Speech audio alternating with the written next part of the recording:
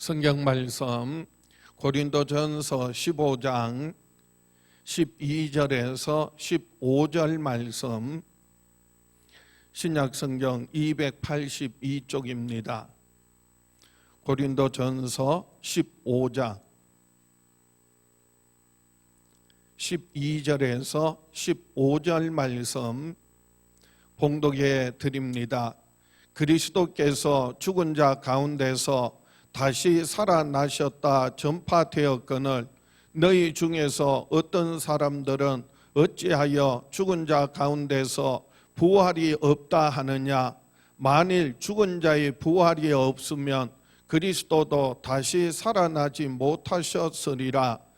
그리스도께서 만일 다시 살아나지 못하셨으면 우리가 전파하는 것도 헛것이요 또 너희 믿음도 헛것이며 또 우리가 하나님의 거짓 증인으로 발견되리니 우리가 하나님이 그리스도를 다시 살리셨다고 증언하였습니다.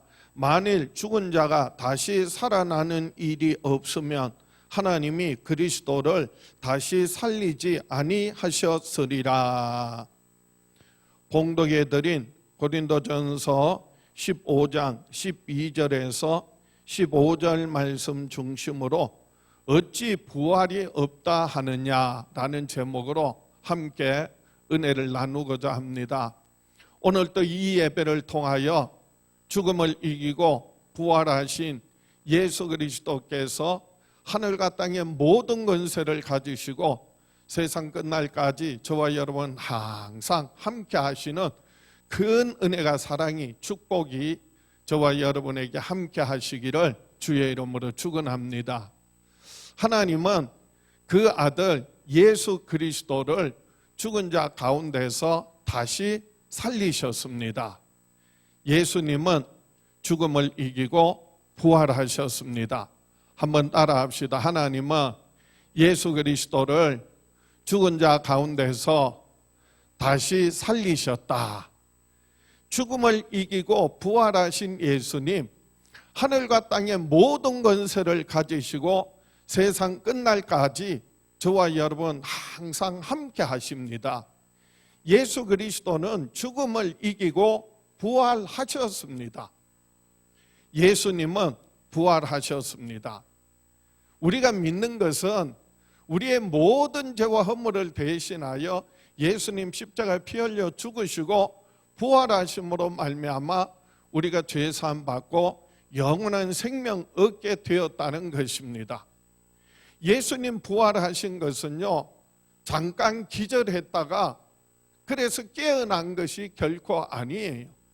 예수님 죽으심을 확인하기 위하여서 병사가 옆구리에 창으로 찔러서, 그래서 성경에 보면 물과 피를 다 흘리셨다고 성경은 기록하고 있습니다. 예수님이 분명히 죽으심을 기록하고 있는 것입니다.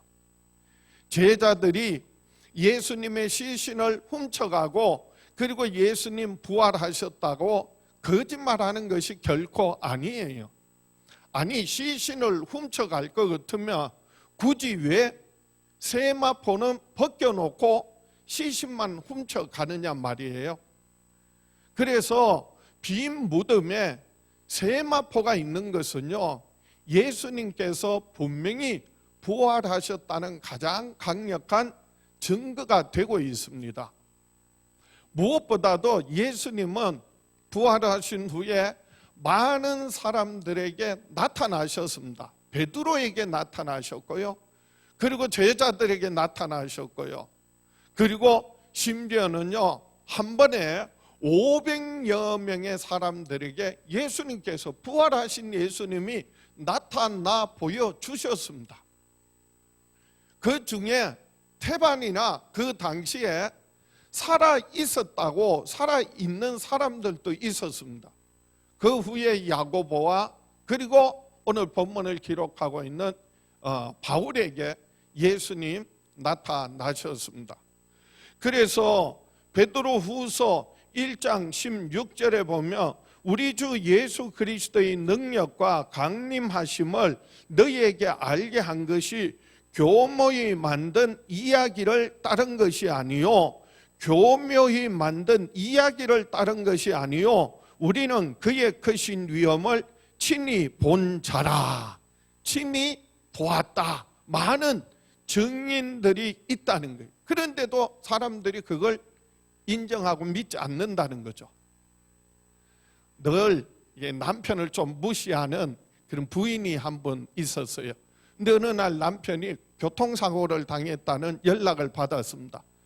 병원에 달려갔더니요, 남편이 죽어서 그래서 흰 천으로 덮어놓은 거예요. 그래서 붙들고 슬픔에 겨워서 울고 있는데, 근데 남편이요, 그 흰 천을 걷고 일어서면서 여보, 나 안 죽었어, 살았어 그러는 거에 깜짝 놀란 부인이 이렇게 말합니다. 여보, 당신이 뭘 알아?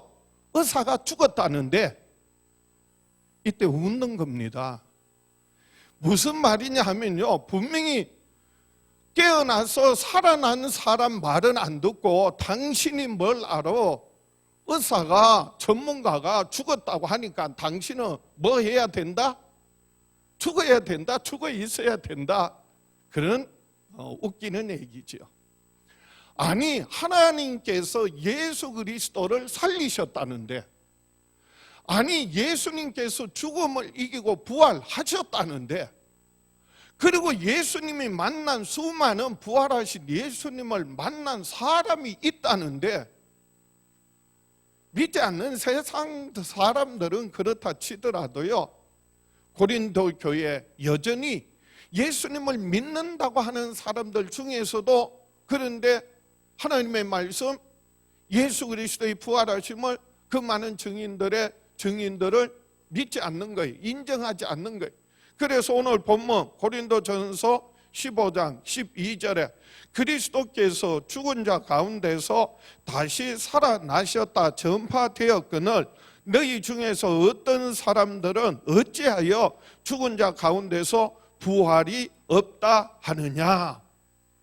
그리스도께서 죽은 자 가운데서 다시 살아나셨다고 전파되었거늘 너희 중에서, 이 너희는요, 안 믿는 세상 사람들을 말하는 게 아니, 예수님을 믿는다고 하면서도 여전히 예수 그리스도의 부활하심을 인정하지 않는, 받아들이지 않는 사람들을 향하여 오죽 답답하면, 오죽 안타까우면 사도 바울이요 탄식하는 거예요. 어찌하여 죽은 자 가운데서 부활이 없다 하느냐라고 하는 겁니다.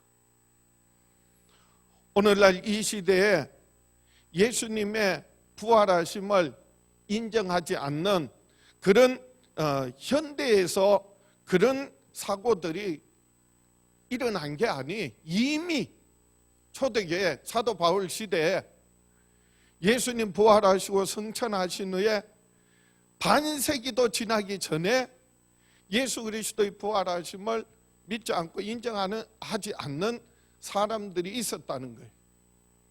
초대교회 기독교 교리 가운데 예수 그리스도의 부활하심에 대한 논쟁이 끊이지 않았다는 겁니다. 과연 기독교가 예수 그리스도의 부활하심을 빼고 과연 기독교가 존재할 수 있을까요?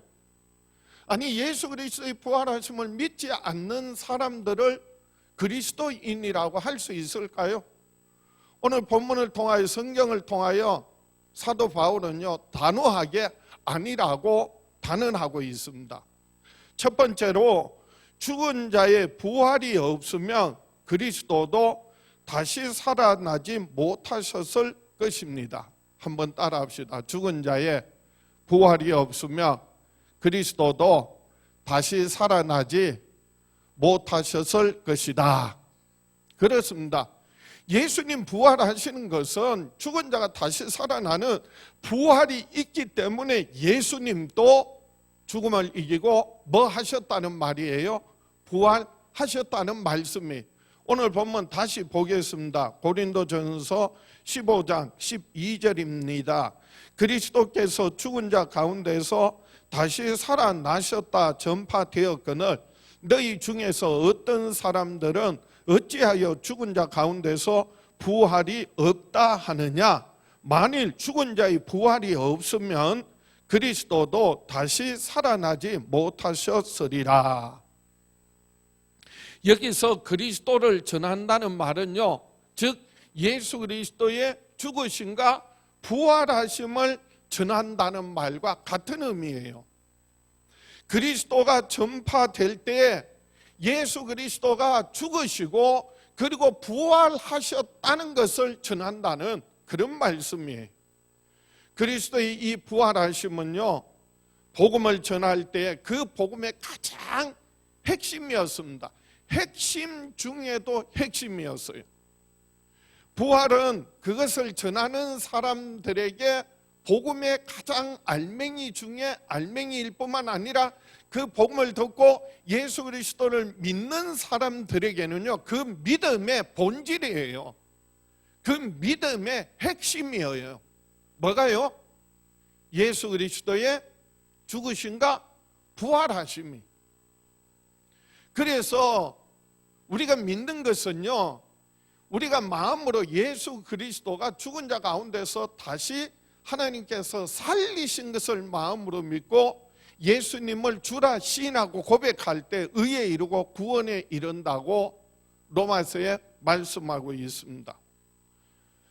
부활을 전파하는 것은요, 핵심 중에 핵심이고, 만약에 부활이 내용이 복음에 빠져 있다면, 그리고 부활을 제하여 버린다면요, 알맹이 없는 그 껍데기에 불과한 겁니다.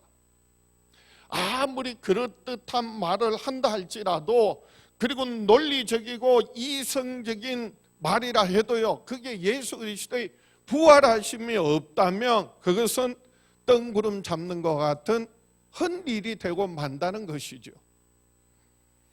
그러므로 사도 바울은 너희 중에 어찌하여 예수 그리스도가 다시 살아나셨다 전파되었거늘 어떤 사 어찌하여 죽은 자 가운데서 부활이 없다고 하느냐? 그래서 어쩌면요, 이건 탄식하는 거예요. 믿으라는 말이 강하게 예수 그리스도의 부활하심을 증거하고 있는 말씀이. 그 당시에 그 세상 사람들, 부활을 믿지 않는 사람들은 말할 것도 없고요, 그 당시에 초대교회 그리고 고린도 교회 안에서도 두 부류의 사람들이 예수 그리스도의 부활하심을 믿지 못했어요. 그 사람들은 그 당시 헬라 철학 사상에 깊이 이렇게 사로잡혀 있었던 사람들이, 그들은 예수님을 믿고 나서 부활이라고 하는 것은 예수님을 믿고 나서 새롭게 시작되는 변화된 생활을 말하는 것이다. 결코 죽었던 육신이 다시 살아난 것을 뜻하는 게 아니다, 그렇게 주장하는 게 그럴듯하잖아요. 굉장히 이성적이잖아요. 어떻게 죽은 사람이 그렇게 다시 살 수 있어? 그럴 수 없고, 그래서 부활이라고 하는 것은 예수 믿고 변화된 삶을 말하는 거다, 그렇게 생각하는 사람들이었어요. 또 어떤 부류는요, 이 사람의 영혼은 살아있을 때는 육신에 이렇게 갇혀 있다가 사람이 죽으면 그 영혼이 육신에서 벗어나 자유를 얻는다라고 생각하는 사람들이 있었어요. 그런 사람들에게는요, 오히려 부활이 육신을 벗어버리고 자유를 얻어야 될 영혼이 다시 부활하여 육신에 갇히게 되면 속박을 당하는 거니까, 얽매이게 되는 거니까 오히려 불행한 것이다, 그렇게 생각하는 사람들이 있었어요. 그러나 성경은 우리에게 분명히 말씀하고 있는 것은 예수 그리스도의 부활하심과 예수 그리스도와 부활은요, 뗄래야 뗄 수 없는 관계임을 말씀하고 있습니다. 그래서 죽은 자의 부활이 없으면 그리스도도 다시 살지 못하였으리라 라고 말씀하고 있습니다. 왜냐하면 예수 그리스도의 부활이 있기 때문에 믿는 우리들도 언젠가 다시 죽어도 사는 부활에 참여할 수 있다는 말씀이에요. 만약에 예수 그리스도의 부활이 없다면 예수님도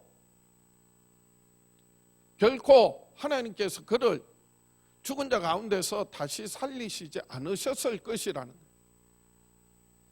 죽은 자의 부활이 있기 때문에 하나님께서 예수 그리스도를 다시 살리셨다는 말씀이.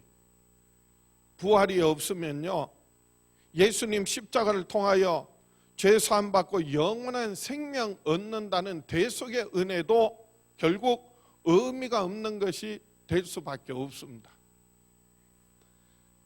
죄의 삭은 사망이라고 했습니다. 그래서 죄로 말미암아 우리가 죽을 수밖에 없는데, 단지 우리가 예수 믿음으로 마음의 위로나 양심의 어떤 자유 정도를 얻는 것이 아니라 정말 죄 사함 받는다면요, 사망의 권세에서 해방되어야 되는 거예요. 그래서 예수께서 부활하지 않으셨다면 우리는 결코 죄에서 해방되지 못하고 사망에 매여 살 수밖에 없다는 것입니다. 뿐만 아니라 사도 바울은 만일 부활이 없다면 비극적인 결과를 19절에 고린도전서 15장 19절에 이렇게 표현합니다. 고린도전서 15장 19절입니다. 만일 그리스도 안에서 우리가 바라는 것이 다만 이 세상의 삶뿐이면 모든 사람 가운데 우리가 더욱 불쌍한 자니라. 만일이에요. 우리가 예수 믿음으로 얻는 하나님의 은혜와 사랑의 축복이 세상에서의 어떤 삶이 전부라고 한다면, 우리가 세상에서 위로받고 아니면 물질적인 복을 얻고 그리고 어떤 기쁨이나 아니면 어떤 만족한 삶뿐이라고 한다면, 예수 믿는 사람은 오히려 다른 사람들보다도 더 불행한 사람들이다 라고 하는 말이 무슨 말이냐 하면요, 우리가 예수 믿음으로 세상에서의 어떤 만족이나 그리고 어떤 위로나 그리고 즐거움을 얻는 것이 목적이라고 한다면요, 우리가 굳이 주일날 그리고 이 어려운 때에 교회에 나와서 예배할 이유가 없는 거예요. 차라리요, 가족들과 함께 저 야외나 아니면은 꽃놀이나 아니면은 바닷가로 휴가를 즐기는 게 더 낫지 않겠느냐 말이에요.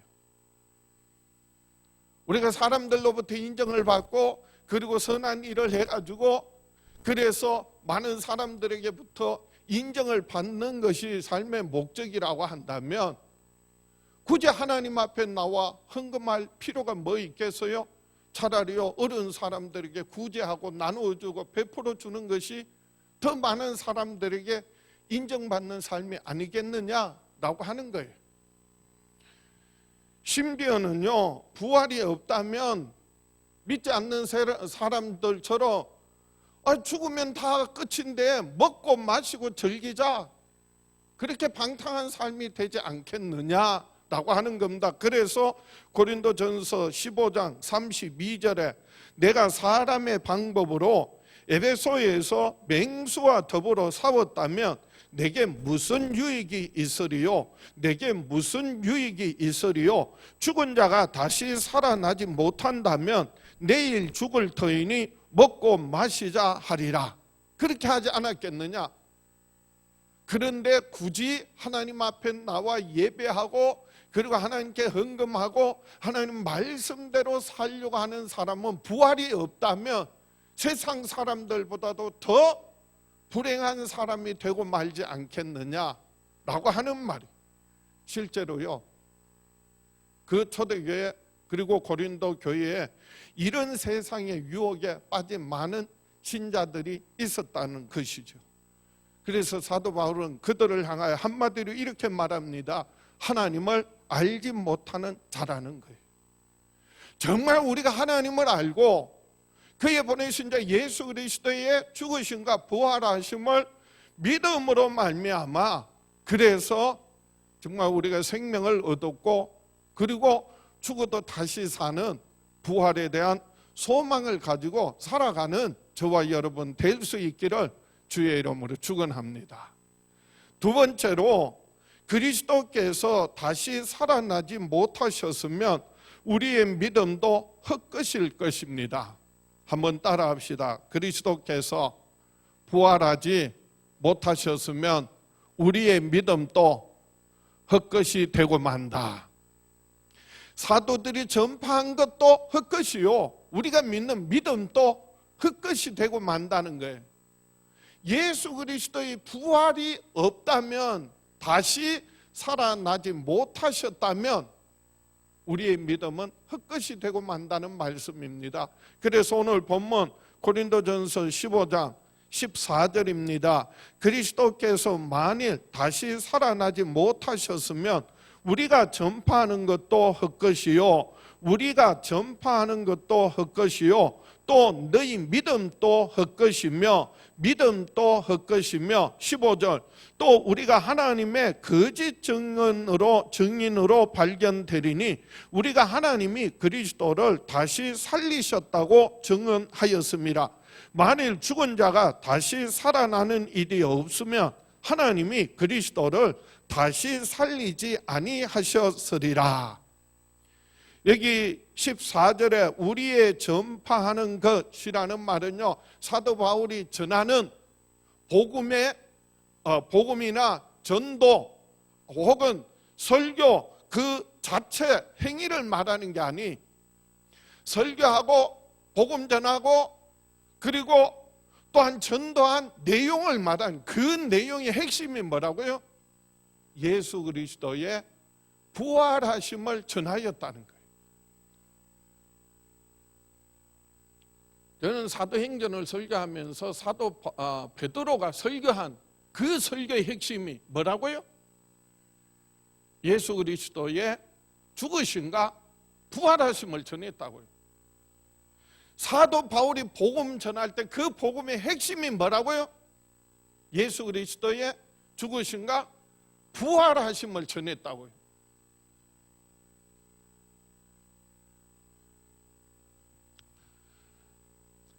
만약에 예수 그리스도의 부활이 없다면 그 복음은요, 그 설교는요, 그 전도는요 헛것이 되고 만다는 겁니다. 그 헛것이라는 말은요, 속이 텅 비어 있는 것, 그런 뜻이에요.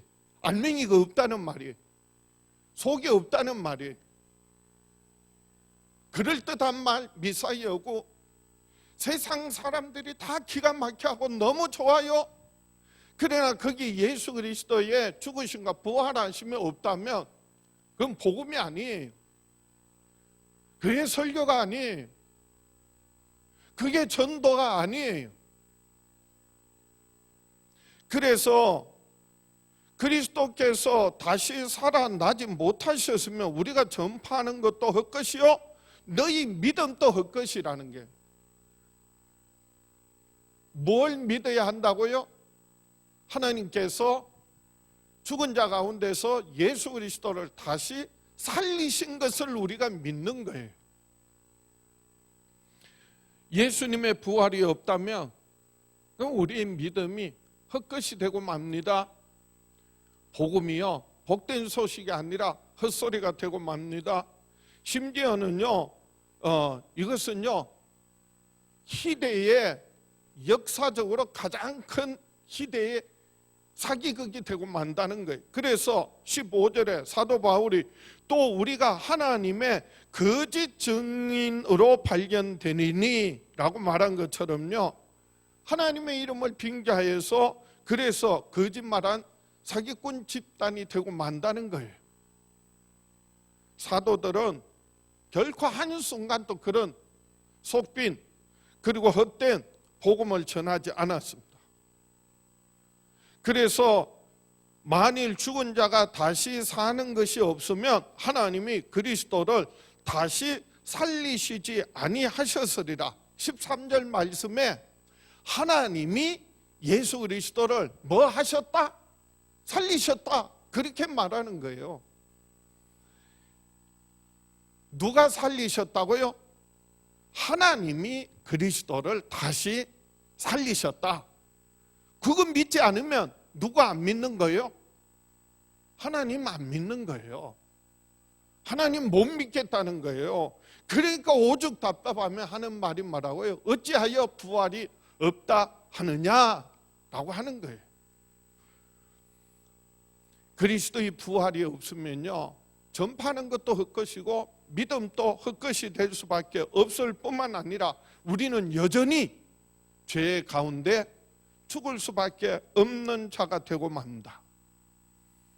사람은 죄 가운데 태어나서 죄 가운데 살다가 죄 가운데 죽을 수밖에 없습니다. 죄의 값이 사망이라고 했습니다. 그러므로 예수 그리스도의 죽으심과 부활하심이 없다면요, 우리는 여전히 죄의 문제 벗어날 수가 없어요. 해결될 수가 없어요. 그래서 그 죄로 말미암아 영원히 죽을 수밖에 없는 존재가 되고 맙니다. 그래서 그리스도의 부활이 없다면 그리스도 안에서 잠자는 자도 망하였으리라, 그렇게 말하고 있습니다. 이 그리스도 안에서 잠자는 자라는 말은요, 예수 그리스도를 믿고 죽은 믿음의 사람들을 말합니다. 믿음의 사람은 죽음으로 끝나는 것이 아니라 뭐 한다고요? 잠잔다. 그리스도 안에서 잠자는 자들이다 라고 말했어요. 그 사람들은 예수님 다시 오실 때 다시 그 부활의 영광에 참여할 것을 믿음을 가지고 소망을 가지고 죽은 사람들이, 그래서 그 사람들은 잠자는 자들이라고 말하고 있습니다. 고린도전서 15장 20절에 그러나 이제 그리스도께서 죽은 자 가운데서 다시 살아나사 잠자는 자들의 첫 열매가 되셨도다. 만약에 예수 그리스도의 부활하심이 없다면 그리스도 안에서 이미 믿음으로 죽은 사람들도 그 믿음도 헛것이고 그들은 다시는 그 죽음에서 깨어날 수 없을 것이고 그들은 한마디로 말하면 정말 망한 자들이 되고 만다는 거예요. 폭삭 망하고 망하게 된 자들이 되고 만다는 거예요. 근데 그리스도의 부활이 있기 때문에 그들의 소망이 헛된 것이 아니라 예수 그리스도 다시 오실 때 죽은 자 가운데서 다시 살리시고 신령한 몸을 입고 그리스도를 영접하고 그리스도와 함께 영원한 하나님 나라에서 하나님께 영광 돌리게 될 줄 믿습니다. 믿지 않는 사람들 뿐만 아니라 그 당시에 교회 안에서도 많은 사람들이요, 죽음으로 모든 것이 끝난다고, 종말이라고, 마지막이라고 생각하고 여겼던 많은 사람들이 있었습니다. 그러나 믿음의 사람은 그렇지 않았어요.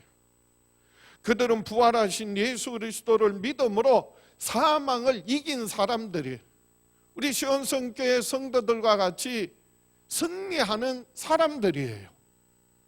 그들은요, 죽음을 두려워하는 것이 아니라, 질병과 고통을 두려워하는 것이 아니라 오히려 이 세상을 떠나서 그리스도와 함께 있는 그 소망을 가졌던 사람들입니다. 어떤 종교에도 기독교처럼 죄 가운데서 사망의 저주를 받은 존재라고 그렇게 말하지 않아요.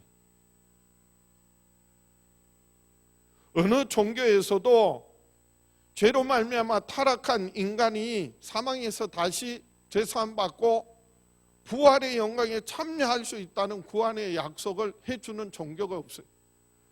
그러나 우리 믿음의 사람은 이 세상을 떠나 이제는 그리스도와 함께 있을 그 궁극적인 부활에 참여하는 소망이 있기 때문에, 그래서 우리가 세상 사는 날 동안 어떤 고난이 있어도, 두려움이 있어도, 그리고 세상에 어떤 환난 핍박이 있어도, 그래서 우리는 그 모든 어려움을, 고난을 넉넉히 이기고 승리할 수 있다는 것입니다. 우리가 예수 그리스도 안에서 이 부활의 참소만 가지고 세상에서 잠깐의 환난, 풍파, 시험, 질병과 고통 넉넉히 이기고 승리하는 저와 여러분 될 수 있기를 주의 이름으로 축원합니다. 말씀을 정리합니다. 신앙생활의 목표는요, 영원한 천국의 영원한 생명에 있습니다. 오직 그 영원한 하나님 나라의 영원한 생명은요, 오직 부활을 전제로 합니다. 한번 따라합시다. 신앙생활의 목표는 천국의 영생에 있는데 부활이 전제되어야 한다. 무슨 말이냐 하면요, 시작도 부활이고요, 마지막 그 결과도 부활이 있다는 거예요. 우리가 신앙생활 처음 시작이 뭐라고요? 예수 그리스도의 죽으심과 부활하심을 믿는 거예요. 부활이 우리 신앙의 처음 시작이에요. 그걸 믿지 않는다면 아직 신앙생활 시작도 안 한 거예요. 교회 10년, 20년 다녀도 아직 신앙생활 시작하지 않은 거예요. 예수 그리스도의 부활하심을 믿음이 있어야 신앙이 시작된 거예요. 자, 우리가 세상 삶에서 신앙생활 열심히 하고 언젠가 우리의 영혼이 육신을 벗어버렸을 때 우리의 신앙생활의 마지막 목표가 뭐냐? 천국에 들어가서 영원한 복락을 얻고 누린다고 했는데 영원한 복락이 뭔지 아세요? 그것은요, 부활의 예수 그리스도의 그 부활의 영광에 참여하는 거예요. 이 신앙의 목표가 뭐냐? 부활이 있다는 거예요. 부활에 참여한다는 거예요. 왜 우리가 부활을 믿고 소망해야 하느냐? 부활은 믿는 사람들에게 있어서 신앙의 결승점과 같아요. 마지막 종착역이에요. 그래서 우리가 이 세상 신앙생활 하면서 정말 하나님을 영화롭게 하고 교회를 섬기고 이웃들에게 나누고 베풀하는 모든 삶은요, 우리가 정말 하나님 앞에 서게 될 때 그리스도와 함께 그 부활의 영광에 참여할 것이기 때문에, 그래서 하나님을 영화롭게 하고 교회를 섬기고 그리고 이웃들에게 나누고 베푸는 삶을 살아간다는 거예요. 제가 비밀을 하나 말씀드릴게요. 비밀은요, 비밀이라 할 것도 없어요. 사실은요, 모든 사람이 다 부활합니다.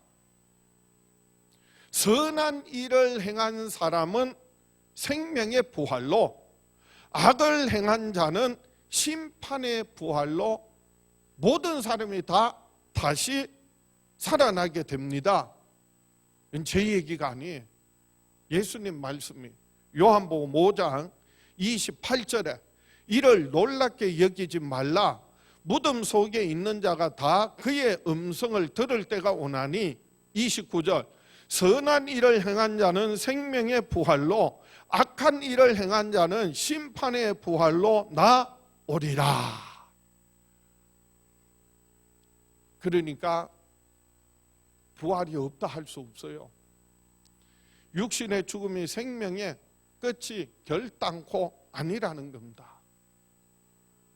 정말 예수 그리스도의 부활하심을 믿는다면, 또 우리가 언젠가 그리스도 안에서 부활의 소망이 있다면, 그래서 우리는 이 세상 사는 날 동안 정말 하나님을 영화롭게 하고 주님의 피로 값지고 세우신 몸된 교회를 섬기고 그리고 이웃들에게 복음 전하고 그리고 나누고 하나님의 은혜와 사랑 흘러보내는 축복의 통로로 살아야 한다는 말씀이.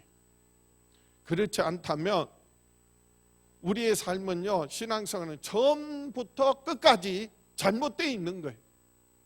길을 잘못 간 게 아니, 길에서 탈선한 정도가 아니, 아예 길을 잘못 간 거예요.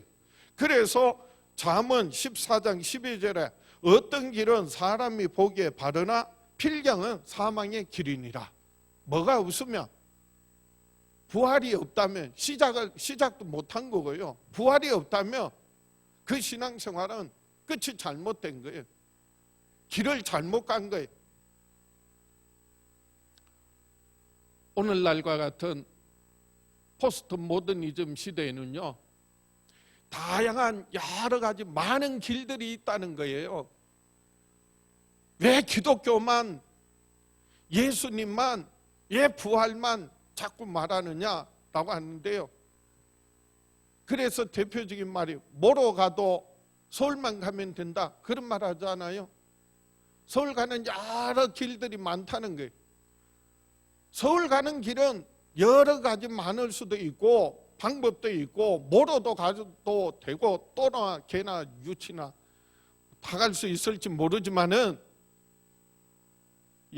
구원받는 길은요, 영원한 생명 얻는 길은요, 영원한 생명의 부활에 참여할 수 있는 길은요, 예수님 밖에 없어요.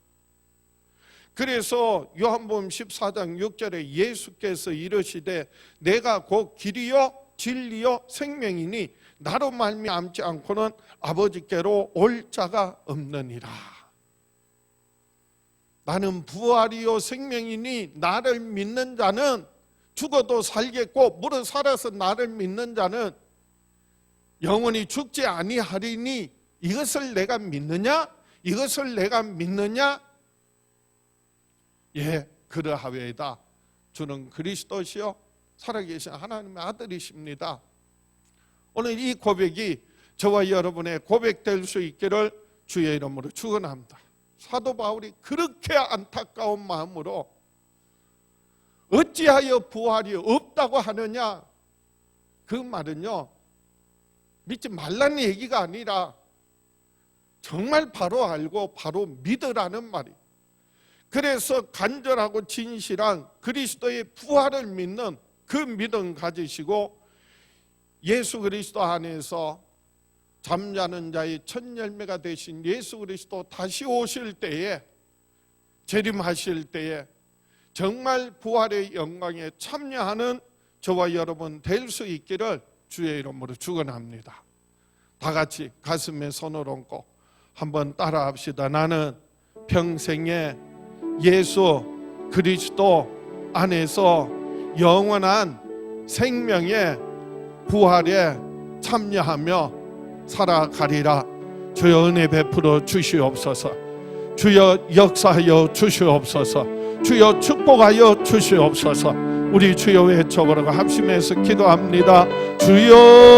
주여. 아버지 하나님, 사랑하는 자녀들 평생에 사는 날 동안 예수 그리스도의 죽으심과 부활하심을 믿음으로 죄산받고 영원한 생명 얻고 이제는 아버지는 죄와 사망의 권세에서 해방되어 영원한 천국의 소망 가지고 달려갈 길 다 달려갈 수 있도록 인도하여 주시옵소서.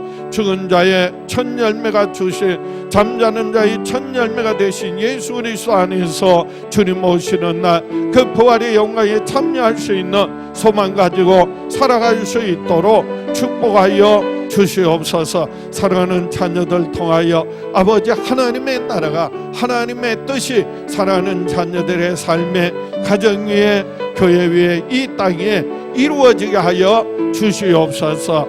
예수님 이름으로 축복하며 기도하옵나이다.